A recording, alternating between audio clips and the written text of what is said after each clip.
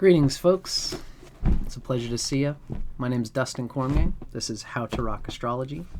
Today we are going to be discussing the Visvadevas, which is the presiding devanam, the deities, plural, which belong to the single nakshatra of Uttara Ashadha.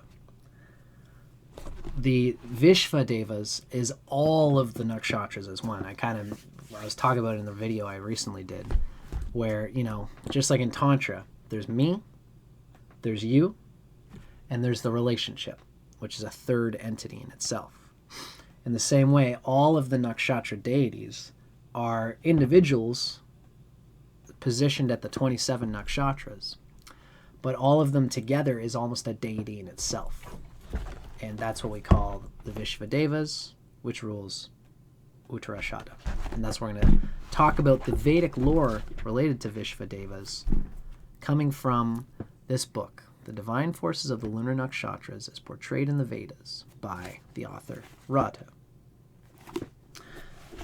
So I hope that you guys enjoy this reading. I'm Dustin Cormier. If you're interested in the stuff that I'm doing, you can feel free to be a part of my channel. You can even subscribe to my YouTube channel. And as well, you can like this video. It would do me a lot of good.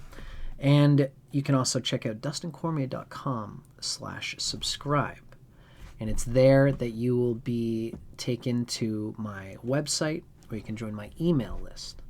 I have lots more stuff coming out, including new courses. I've got a book on Tropical Vedic Astrology coming soon. And as well, I've got my own novels that I'm writing, which will all be coming down the pipeline. You can check them all out and be aware of them by going to dustincormier.com/subscribe. And if you go there, you will get to a free download of my psychedelic short story known as Thread. It's this cool little psychedelic mind mapping of a man with dementia. So feel free to check that out and to be in touch with me for more of the things that I've got coming out in the future. Now, let's jump in here and discuss the subject matter at hand. So, the Visvadevas are considered to be their own category of nakshatra deity. When we look, this actually comes from this book, the Divine Forces of the Lunar Nakshatras.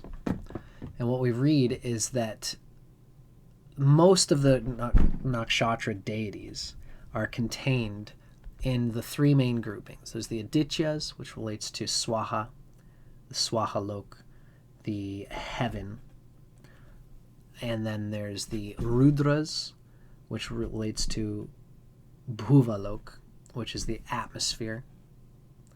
And then there's the Vasus, the Bhum, or Pur, which relates to the earth, to the Tattvas, and to the elements. So there's heaven, atmosphere, and earth. Now, there's the Pitris and Brihaspati and Prajapati, which are their own little category here. And also the Visvadevas are also considered a category of their own.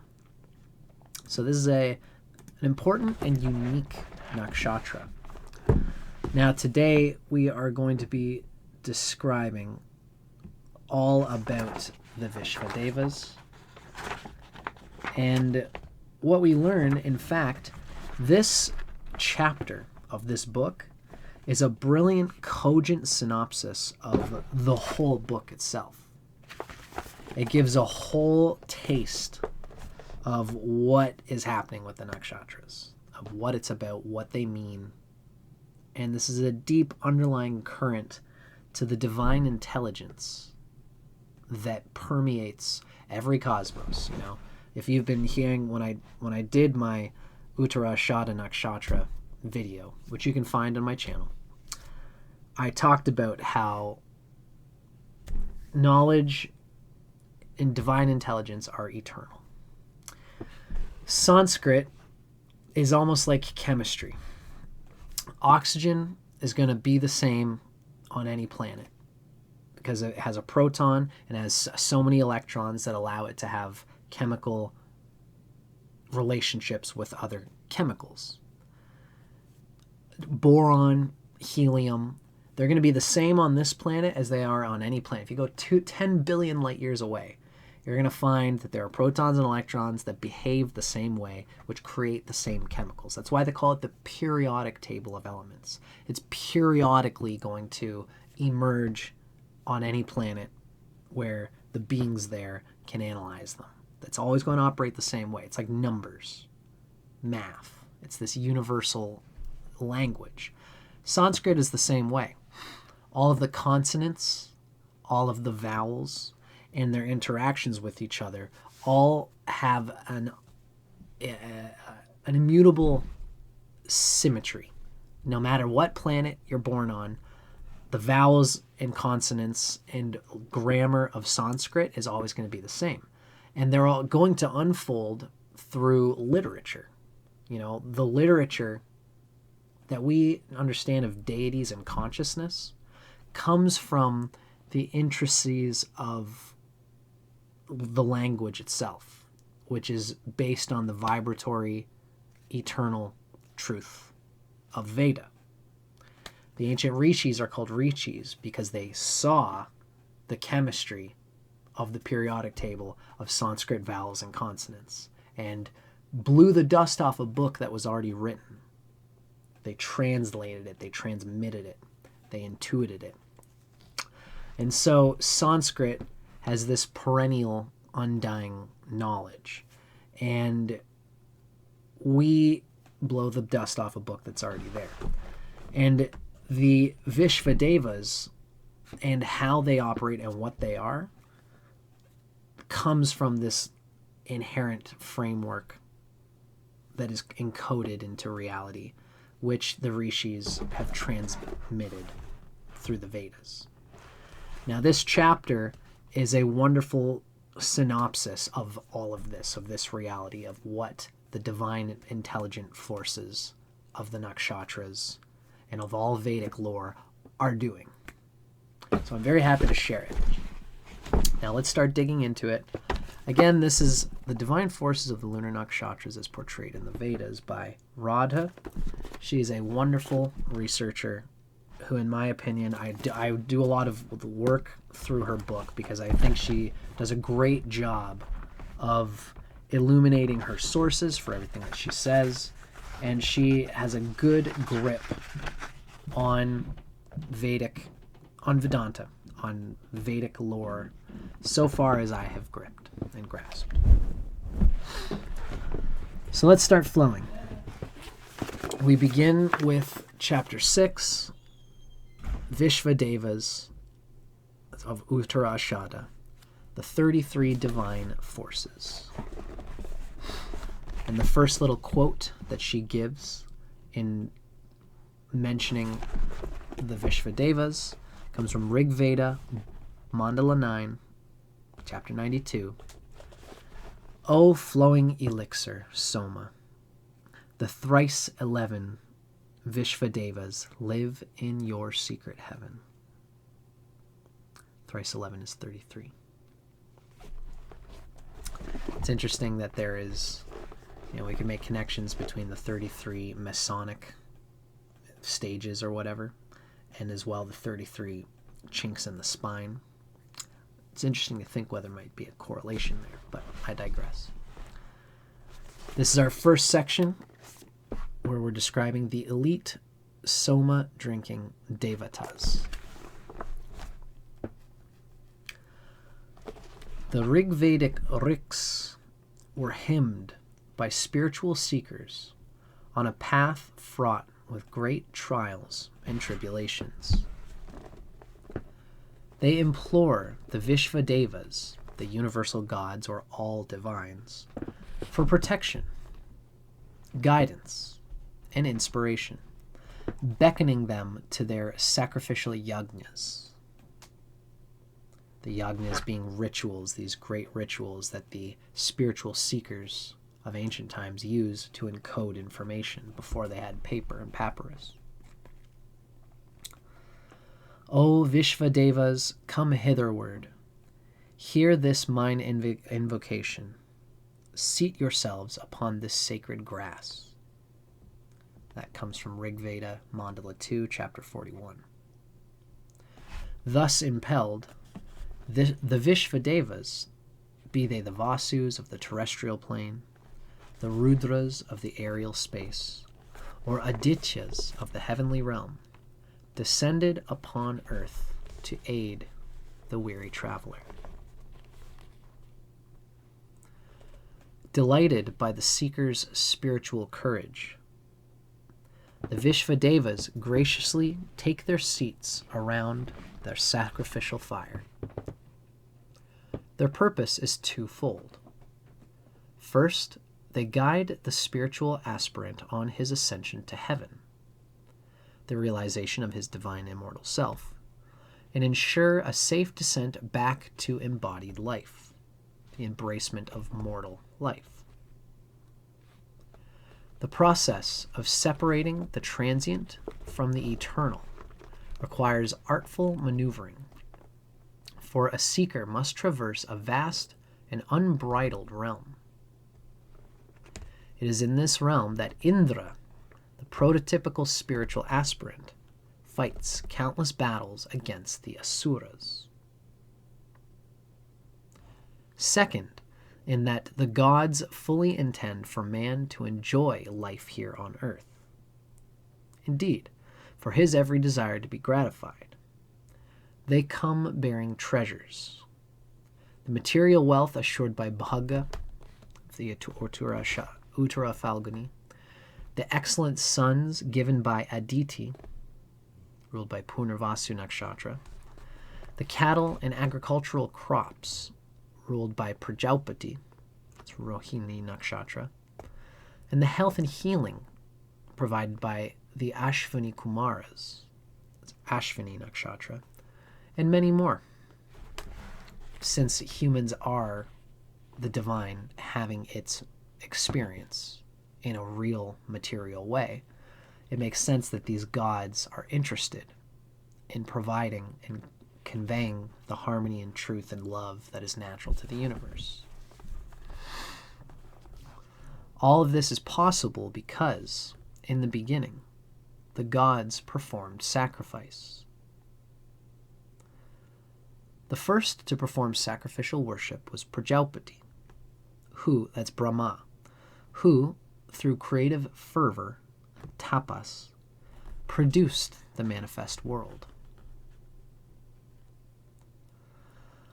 The hymns of the Rig Veda depict the inner sacrifice allegorically.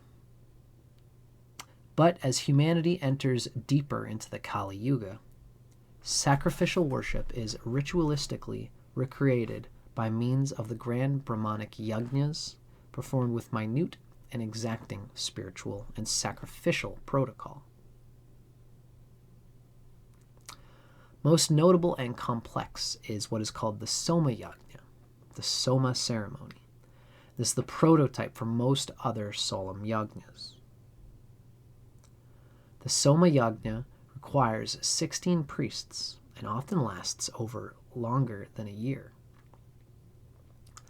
including the performance of an elaborate initiation, a diksha ritual.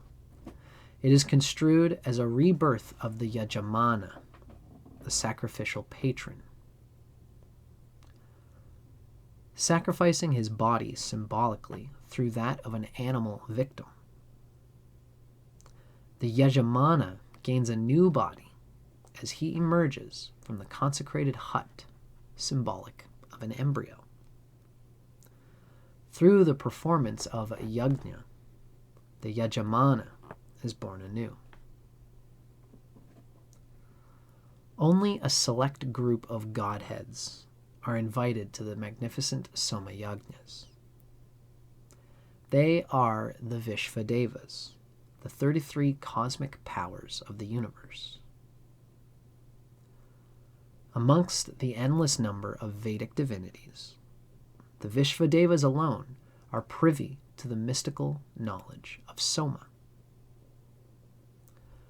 There are 33 gods who drink Soma, This is a quote from Aitareya Brahmana. There are 33 gods who drink Soma. The Soma drinking gods are the 8 Vasus, the 11 Rudras, the 12 Adityas, Prajapati, and Vasatkara, or Brihaspati.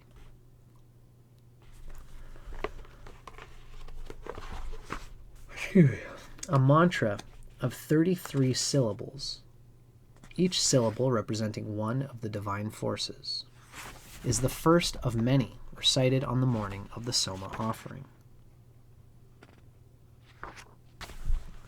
There are 33 gods. Here they are listed again. According to the order of the 33 syllables, the gods severally, one after the other, drink the Soma. And that quote again comes from the Aitareya Brahmana. Another quote here. Worshippers sought for themselves the mystical secrets known to the Visvadevas. And then here's another quote. This is from the Rig Veda Mandala 1, chapter 34. O Agni, may your worshippers know the secret knowledge of the 33 cosmic powers. And may our 3 times 11 never-failing divine sources of reality lead us thrice to the path of consummate bliss. Again, this time with specific references to Uttara, Ashadha. The divine forces are singled out. And now this is from NPA. I don't know what that means. NPA is Nakshatra Kalpaha Parashishta. So this following quote comes from Nakshatra Kalpaha Parashishta.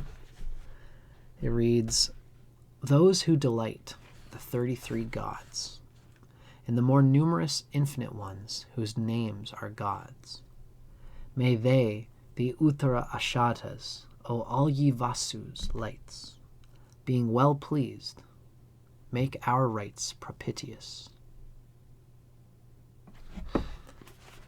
Now, various members of the divine forces, ruling devatas of the 27 lunar nakshatras, are adorned by the ancient rishis in the Visvadevas suktas of the Rig Veda. For instance, in one such hymn inspired by Manu Vaivashvata, the following nakshatra devatas are praised. And this comes Rig Veda Mandala 8, chapter 29. 1. Soma is a youth, brown, active, manifold.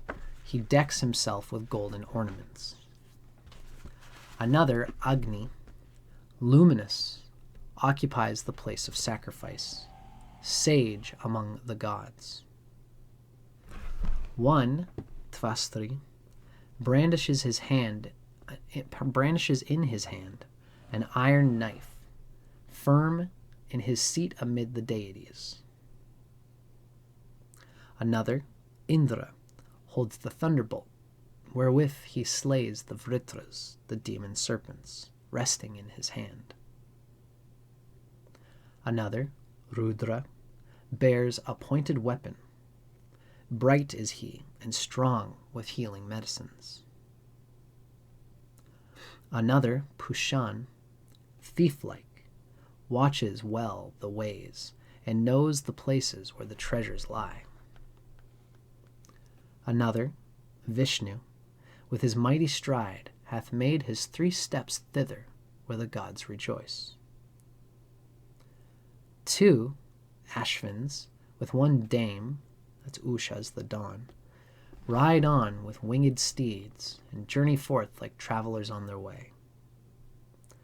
2 Mitra and Varuna, highest in the heavens, have set their seat, worshipped with holy oil, imperial kings.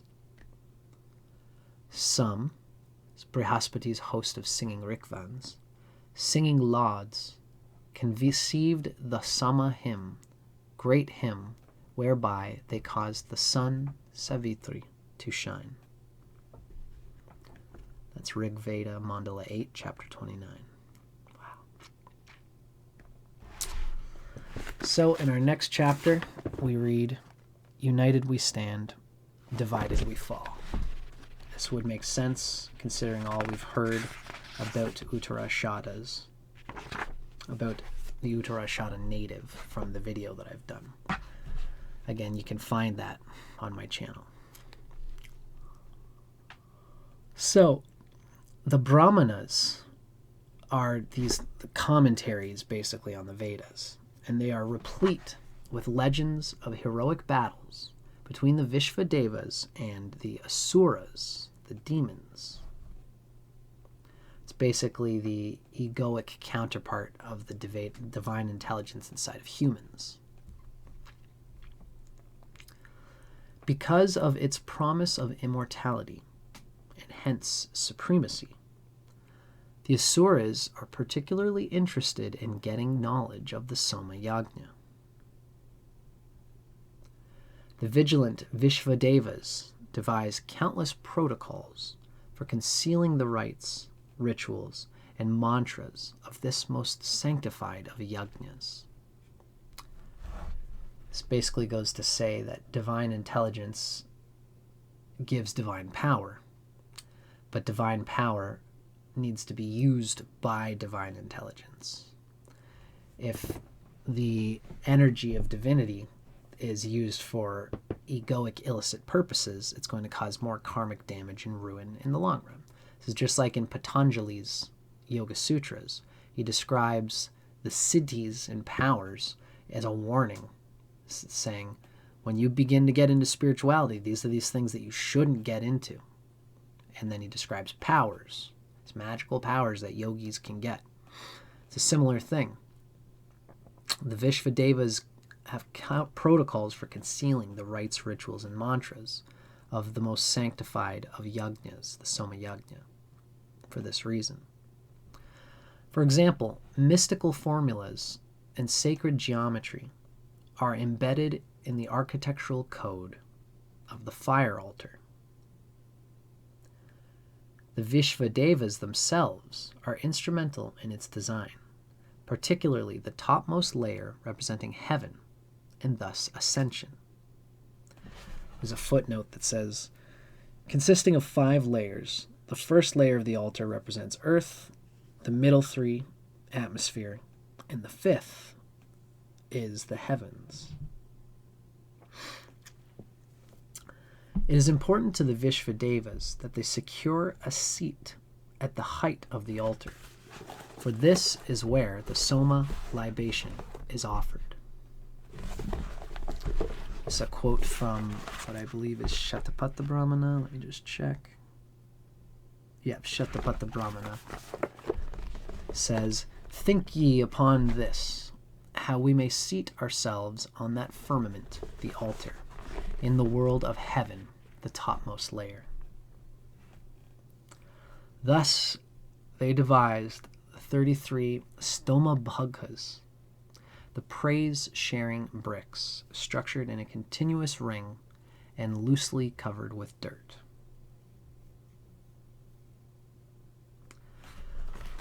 Positioned foremost on the vault of heaven, the stoma bhagas are the privileged seats and bodies of the 33 soma-drinking gods.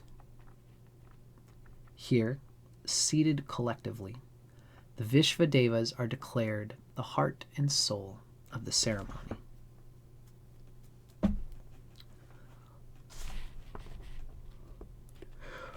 "27 nakshatra bricks are also positioned on the 5th layer. He puts down the constellation bricks. These are the lights of the sky. Verily, he makes these lights into a reflection to light up the world of heaven." It's a quote from the Taittiriya Brahmana, chapter 5. Now, the nakshatra bricks are considered the citadels of the gods, with Kritika as its gateway. And that's a quote from... Sorry to keep doing this, but I gotta note my sources. Taittiriya Samhita. So it's in the Taittiriya Samhita that we hear that the bricks, the nakshatra bricks on the 5th layer, are considered citadels of the gods, with Kritika as its gateway. Now, appearing first on the earliest listings of the lunar nakshatras, Kritika is the celestial portal through which the gods descend upon earth. Now, here's an interesting, as a tropical Vedic astrologer, there's an interesting argument being conveyed here. What Radhe says is that beginning around 2500 BC, the vernal equinox occurred in Kritika. The vernal equinox is particularly auspicious, for it marks the midpoint of the sun's northern Uttara course, a day in which the sun rises precisely due east, the region of the heavens and the gods, of heaven and the gods. So it's interesting, tropical Vedic astrologers generally consider that Kritika is the first nakshatra in the nakshatra circle, because it's continually considered to be such in these old Vedic texts. Radhe here is saying that Kritika is not necessarily intrinsically initiatory or first. It's probably because she is a sidereal astrologer who would say that Ashwini is considered the first nakshatra, because in the day 2,000 years ago, the vernal equinox landed at Ashwini, and that's where the beginning of Aries was. So sidereal Aries sits permanently with Ashwini. So it makes sense that she would say that Kritika is not permanently the initiator of the nakshatra cycle. But we tropical Vedic astrologers say that Kritika is, for the reason described here, it is the gateway of the citadels of the gods. So it's an interesting historical debate that we see moving through the writing here. But let's continue. With the final layer of the sacrificial altar complete, it is time to prepare the Soma draft. The Visvadevas formulate a series of 33 mysterious rites to safeguard its secrets and ensure the efficacy of its juice. Each rite is lorded over by one of the divine forces. The rites consist of intricate steps employed in the purchase, processing, and offering of the blessed Soma. You can see more about this in the chapter on Soma Raj, which is the Mrigashirsha Nakshatra chapter, which I've also done in my Nakshatra Sutra series. During this most transcendental of all sacrificial protocols, Scripture acclaims that the sacrifice is the Visvadevas, and the Visvadevas are Soma, the god of enlightenment. Now, should a mishap occur during the performance of any one of the 33 rites, the Brahmanas instruct on proper recourse. The priest is to offer a Soma libation to that Visvadeva lording over the rite improperly executed, while uttering an expiation verse to his honor. The expiation rites are declared the joints of the sacrifice, for in the case of sacrificial error, they hold the sacrifice together in a continuous fashion. This comes from Shatapata Brahmana, Book 12, Chapter 6. These, then, are the 33 expiation oblations he performs. For there are 33 gods, and Prajapati is the 34th. With the help of all the gods, he thus heals the sacrifice, and with the help of all the gods, he makes it complete again. Now there is a footnote here that says, here Prajalpati is considered one of the 33 divine forces, and as well also as the 34th Devata, who represents the totality of the divine forces. Interesting. And it's Prajalpati, according to this footnote and to this verse given in Shatapatha Brahmana, it's Prajalpati that allows the continuation of the sacrifice energy even when there's something that goes wrong, as long as you expiate the deity associated with the chink in the chain that got broken. So hence, the 33 divine forces, the Visvadevas, and the 27 Nakshatras are intimately associated with the sacred Somayajna. Indeed, the Visvadevas are declared the very heart of this most exclusive sacrifice. The 33 Stomabhagas bricks are their bodies, and the expiation rites their joints. Reconstructed on the vault of the heavenly altar are their citadels, the Lunar Nakshatras. As the ceremony unfolds, the sacrifice reveals the Visvadevas, and the Visvadevas, in turn, reveal Soma. Now, despite sacrificial precautions, the Visvadevas are often caught off guard by the Asuras, who possess their own magical ways. Realizing early on the need to remain united in number and strength, the Visvadevas devise countless sacrificial safeguards. One such measure is the Tanunaptra, the joining of bodies. The Tanunaptra requires the gods to form a continuous circle while joining hands. Thus fused, the Visvadevas take a solemn oath to remain united in body, mind, and purpose. How nice. In this way, they are invincible. Ashadha. Their sacrificial wish is to conquer even the most indomitable forces that threaten the peace of the universe. Now, this is a quote from the Taittiriya Brahmana, Book 3, Chapter 1. The Visvadevas desired, may we conquer invincibility. They offered that well-known sacrificial pap to the Visvadevas, i.e. to themselves, and to the Ashadhas, meaning referring to the second Ashadhas who are their Nakshatra, the Visvadevas Nakshatra. Consequently, they conquered invincibility. He indeed conquers invincibility, he who offers that oblation and who thus knows it.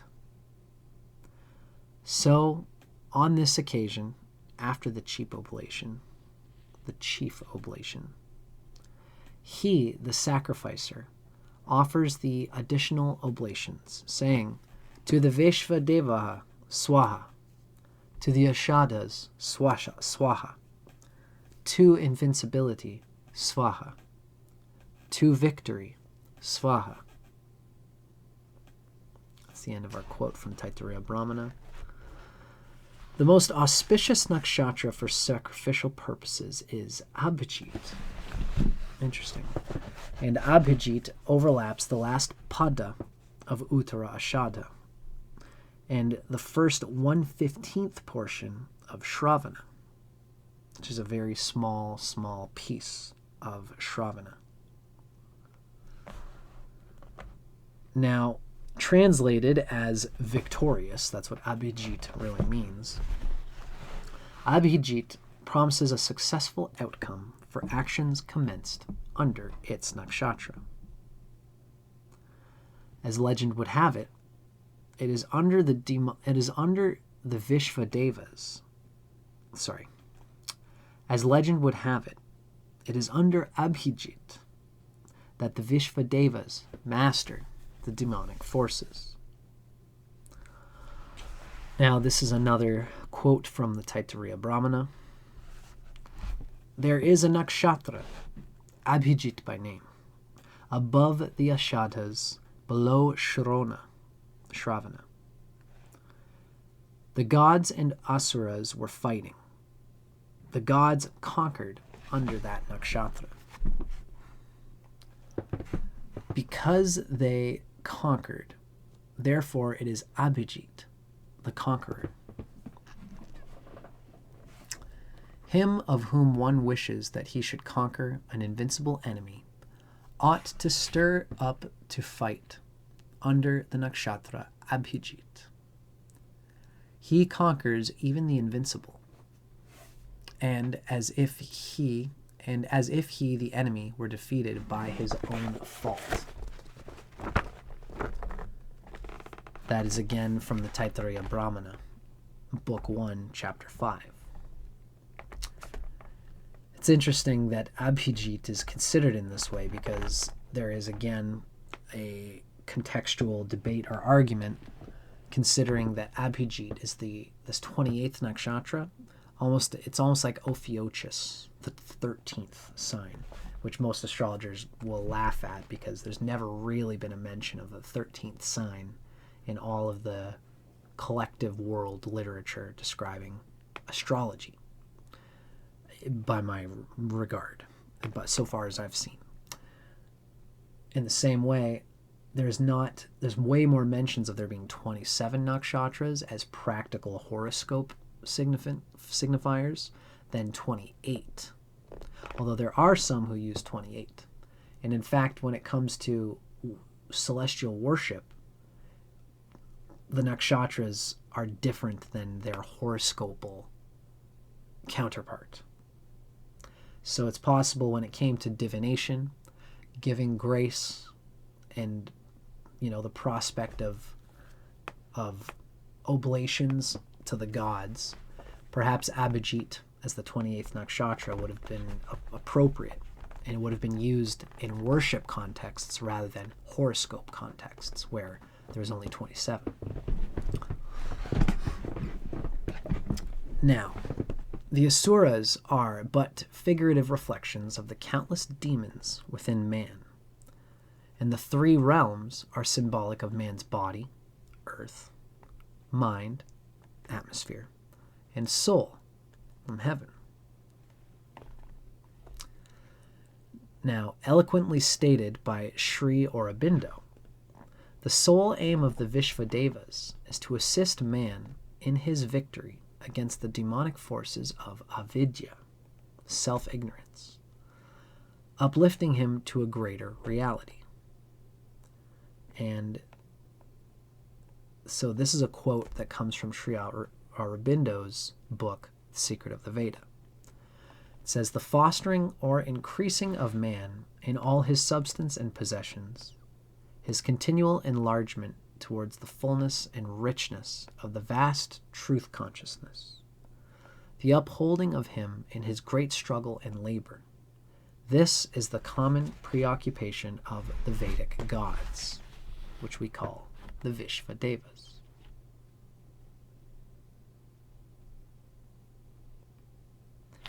It's interesting that the gods are considered to just simply be the soul, this truth, this reality, this vidya, this truth.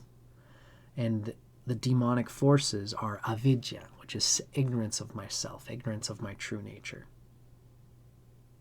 And the gods serve and support and help humanity in coming along with self-realization, essentially, which is beautiful. Now, next up, we have a third chapter, third section of this part of the book. We have the 33 expiation rites. Now, although the Somayajna involves hundreds of minute and exacting rites, there are 33 rituals corresponding to the divine forces by way of expiation, remedial verses. To recall from the previous section that the 33 divine forces are the gods exclusively summoned to partake of the Soma libation. Now, what follows is a synopsis of the steps associated with those expiation rituals identified with the Nakshatra Devatas. Importantly, during each of the 33 Soma rites, Soma assumes the attributes of the Devata who overlords the rite. Now we have a footnote here where we read, leveraging Gonda's analysis of the Soma expiration rites presented in Soma's Metamorphoses. That's a book. The author has correlated each rite to a particular Nakshatra Devata. So that's Gonda J. This correlation is principally drawn from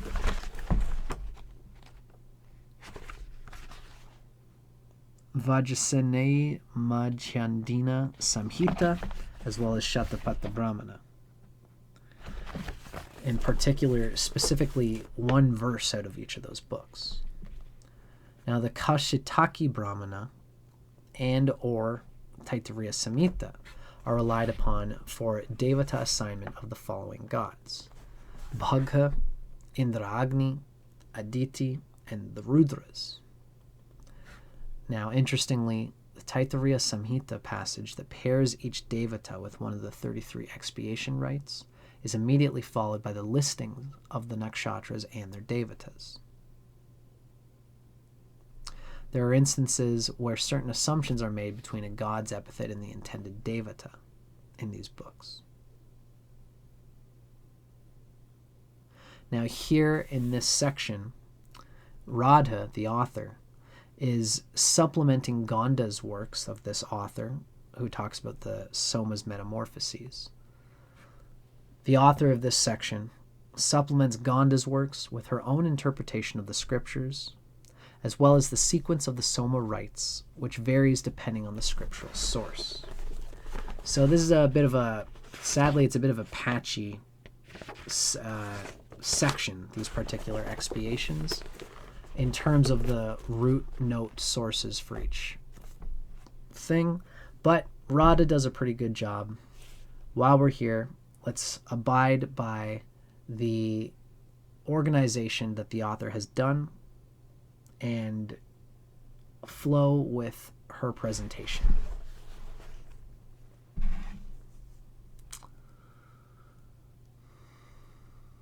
Let's see here.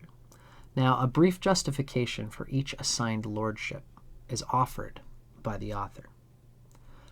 As with a Devata's sacrificial offering, special mantra or sacred number, lordship over a particular Soma rite is symbolic of a particular trait or feature of the Nakshatra Devata.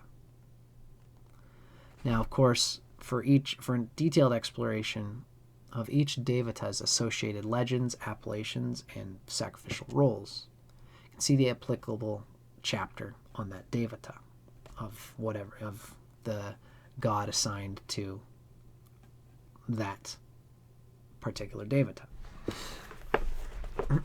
which I've been doing throughout this series. Mrigashirsha, Prajapati, Indra, you can find them in the chapters associated with those gods. Now, this is beautifully going to move us through the Somayajna. The Somayajna begins with the Yajamanas, the sacrificers' mental resolve, an announcement of their intent to perform the yajna. Somena yakshe, I will sacrifice by means of Soma. Paramastin, King Soma, featured Devata of the ceremony, and Prajapati, the first god to perform sacrificial worship, lords over these two rites specifically, respectively. So the rites of the Somayakshe, lorded by Soma, Paramastin, Prajapati is the god who performs over the Paramastin rite. Several days are then dedicated to the initiation of the Yajamana and his wife. Upon their initiation, the couple put on a set of new white clothes and is now known as twice-born Dvija, humans. Tvastri, fashioner of the radiant forms of the gods and shaper of the embryo into a newborn child, oversees this rebirthing ritual. What follows next is a set of rites peculiar to the negotiation and purchase of the Soma stocks. In anticipation of the purchase, the Advaryu priest meets with the Soma seller and measures out an appropriate number of stocks. The selected shoots are arranged on a white cloth, wrapped and bound with a string. The juice from these stalks will soon be offered to the gods in exchange for the promise of spiritual enlightenment and fulfillment of worldly desires. It's, of course, referring to Soma being an actual plant with these long, broad stalks, which used to be rummaged with a wheel, a stone wheel, so that the juice could be squeezed out of it and harnessed. Now, Savitri is intimately associated with the rites at this stage of the yajna. His golden, outstretched arms measure the two ends of the earth, the two horizons, just as the Advaryu measures out the Soma stocks. Further, Savitri is the instigator or impeller amongst the gods. Priests implore Savitri to consecrate the sacrificial offering to ensure no harm comes to those who accept it. Hence, for his function of measuring and faculty of impelling, Savitri is the perfect choice. Now, a cow, the Somakrayani, must now be selected by the priest. She will serve as payment for the Soma stocks. The Somakrayani should be brown with reddish-brown eyes, the color of the Soma juice, without any flaws and not pregnant with calf. Having chosen the Somakrayani, the Advaryu escorts her along a path leading to the Soma cellar. Pashupa, herdsman Pushan, the shepherd of cattle and lord of herded animals, assists in the selection of the cow and guards her as she travels to her destination. Wow, there's so much symbolism here. It's crazy. Once the Somakrayani has arrived safely to where the Soma seller resides, the Advaryu priest begins his artful bartering for the pre-selected stocks.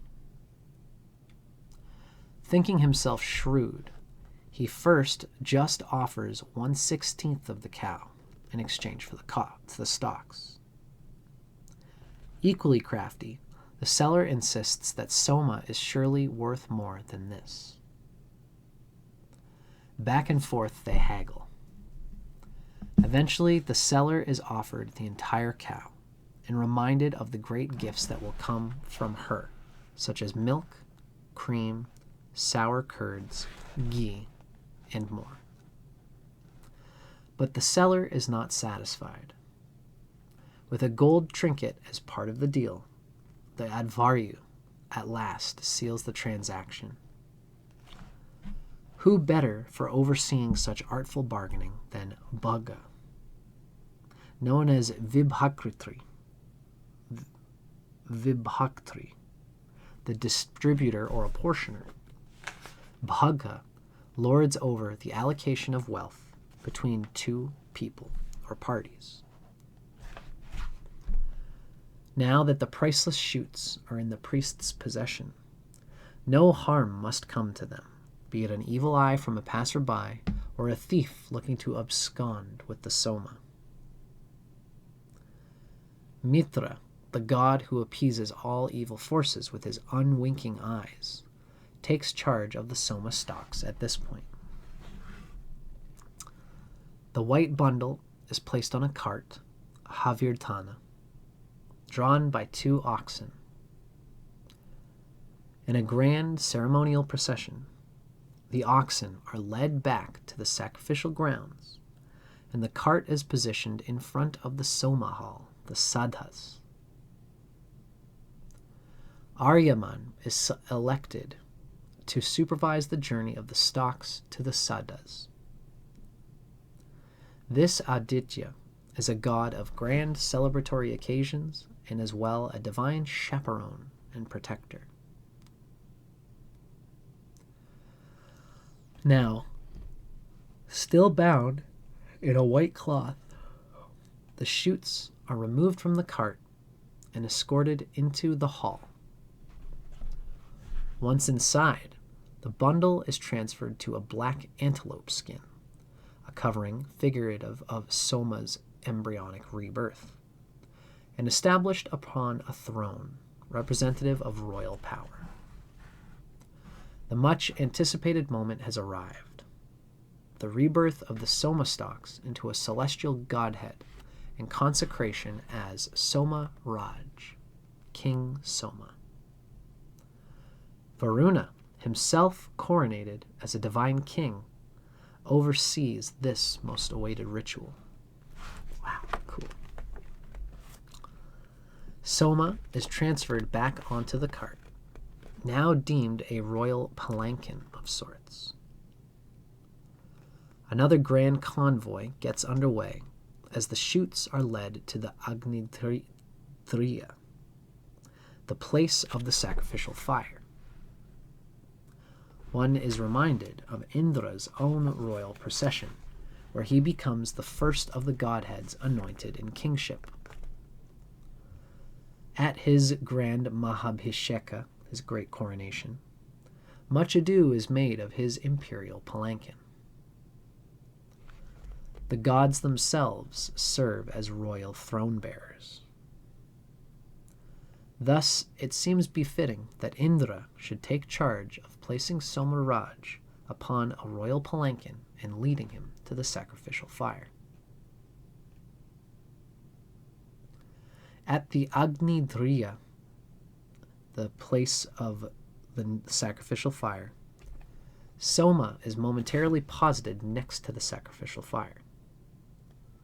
This is Agni's official station on the grounds, and hence he is a logical choice for safeguarding this rite. During the next series of rituals, the Soma draft is prepared. This process commences with transporting the bundles of stalks to the pressing boards. Here they are removed from the cart and positioned upon the earth next to the surrounding holes. Aditi is overlord of this rite, for as Mother Earth, she offers the stalks a temporary resting place upon her lap.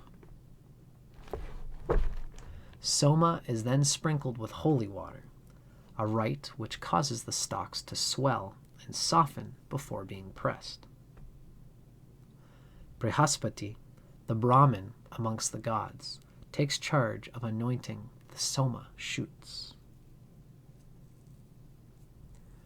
Properly prepared, the shoots are now gathered together and placed on the boards. With the initial blow from the pressing stones, they shatter into many pieces. There are 3 rounds of pressing. During each, the priests chant ecstatically, their cries in unison with the pounding of the stones. In between the rounds, the shoots are gathered and rearranged on the pressing boards. The breaking of the Soma stalks into a multitude of fragments is likened to the Visvadevas, themselves diverse rays of a single divinity. Vishnu, renowned for his 3 strides that apportion the universe, is designated overlord of the 3 of the crushed stalks.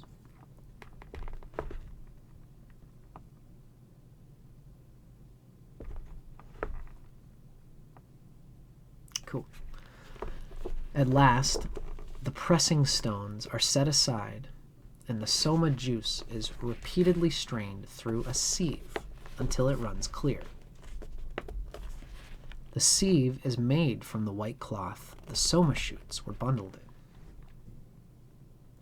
in. Vayu, the wind god, whose profundity is the power to purify or cleanse, Pavayati, takes charge of straining the soma juice. He is one of only 2 devatas able to consume the soma juice in this raw, undiluted state. And the other devata is Indra, who's also able to do so. I have to get something down here for a moment.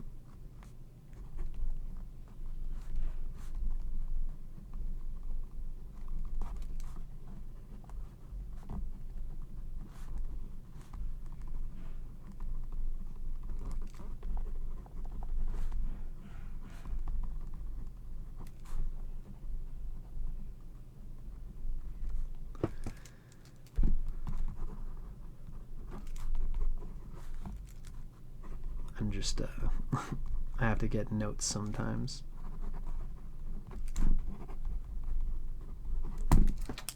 Because I got these thoughts that I gotta follow, and sometimes when I'm doing these readings, it brings out these thoughts. I'm a writer, and I've got to write something at some point. I'm loving this. It's really amazing to hear the whole process and how the 33 Visvadevas are a part of the whole process. Now, before the gods are offered an oblation, the clear running soma juice is sweetened with milk or other admixtures. Naturally, the Ashvins, renowned for their expertise in Madhuvidya, the science of sweetness, and possessing great knowledge in the ways of soma preparation, are responsible for the proper mixing of the soma draft. Suitably prepared, the libation is poured into sacrificial drinking vessels for the devatas, priests, and yajamana. As the soma-filled cups are raised in a divine salute to the fire, the priests summon the 33 divine forces to the sacrifice. Indra Agni lords over the sacrificial salute to the fire. The Visvadevas are elated to partake of the soma libation. Intentionally, they leave a small amount at the bottom of their cups. Rudra serves as an overlord at this stage. How Rudra came to be associated with the sacrificial remnants is explained in an ancient Vedic lore. The gods one day perform a Somayajna and intentionally exclude Rudra from sharing in the sacrificial offerings. Rudra happens by the grounds and notices what the gods are up to. Furious, this god of wrath threatens to destroy the entire sacrifice and to confiscate the offerings. But by this time, only the sacrificial remnants remain. To appease Rudra's anger, the gods acclaim henceforth that Rudra will receive an oblation at each yajna they perform. His portion is declared to be the remnants, i.e., what remains of the sacrificial offerings after the gods have taken their share. It's interesting that Rudra relates to Shiva, who is this self-sacrificing character in the Vedas. The cups containing the soma remnants are then carried to the sadhas, where an offering will be made to the ancestors. The Rudras, e.g. Nirti, Nagas, Airbudnaya, and Aja Ekapad, safeguard this sacrificial rite. The Rudras are aligned with the ancestors on several fronts. For example, the Dakshina hearth represents Antariksha, the aerial expanse and home of the Rudras, and as well, it is the sacrificial hearth of the ancestors. Now, at the sadhas, an oblation of the soma remnants is made to the ancestors. Naturally, it is the Pitris who oversee this offering, which is the ancestors themselves. After this final soma libation, the priests draw their attention to the crushed soma stalks. Repeatedly thrashed, the shoots have been left for dead. Sacrificial protocol mandates the proper discarding of these shoots.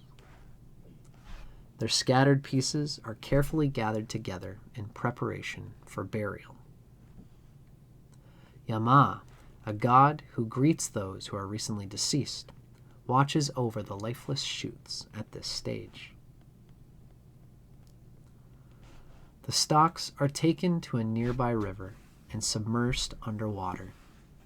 From here, they will make their way to the ocean and onwards to the cosmic waters of the heavens, from whence soma originates. When submerged into the river, the Appas, the water goddesses, themselves representatives of the cosmic waters, ensure a safe journey. Beautiful. That was so rich and such a cool encapsulation of the logic and knowledge and wisdom of the Somayajnas. Now we have one more small note to read. That's about the Puranic Visvadevas. We read that in the post-Vedic period, the Visvadevas are an entourage of divinities separate from the classical 33 divine forces that we've seen safeguarding and heralding the Somayajna ceremony here. They're said to be a group of 10, 12, or 13 devatas. In several Puranas, their parents are Dharma and Vishva.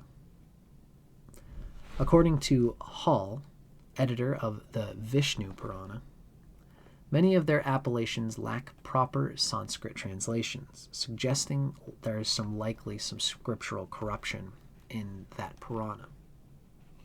So hence, any reconstruction of a definitive list of Puranic Visvadevas is nearly impossible. Rarely mentioned in the latter scriptures, the Visvadevas have no Puranic lore. This is a perfect illustration of Nakshatra devatas assuming an entirely different facade, as well as becoming nearly extinct in later times. Very interesting. So, it is what it is. Ugh, excuse me.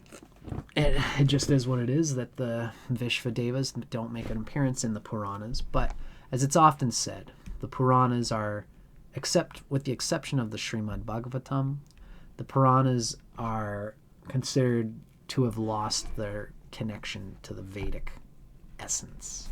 And so they're not considered always to be all that significant compared to the original Vedic lore. I digress. That was a wonderful reading. I'm glad I got to share it with you all. I hope you guys enjoyed it. Let me know of what you think. And feel free to join my email subscription at dustincormier.com/subscribe if you feel like it, if you want to hear more about what I'm doing and to be aware when I put out my own books. For now, this is Dustin Cormier, if this is How to Rock Astrology. I hope you guys enjoyed this. Let me know in the comments what you thought. And if you have any requests or anything like that, I'll do my best to serve. I'm very happy to serve the Veda. And to move through these, I don't even know if anybody's ever going to watch these videos, but to move through this wisdom is a sublime blessing. Thanks a lot, folks. I'm in touch. Take care. Thanks for watching.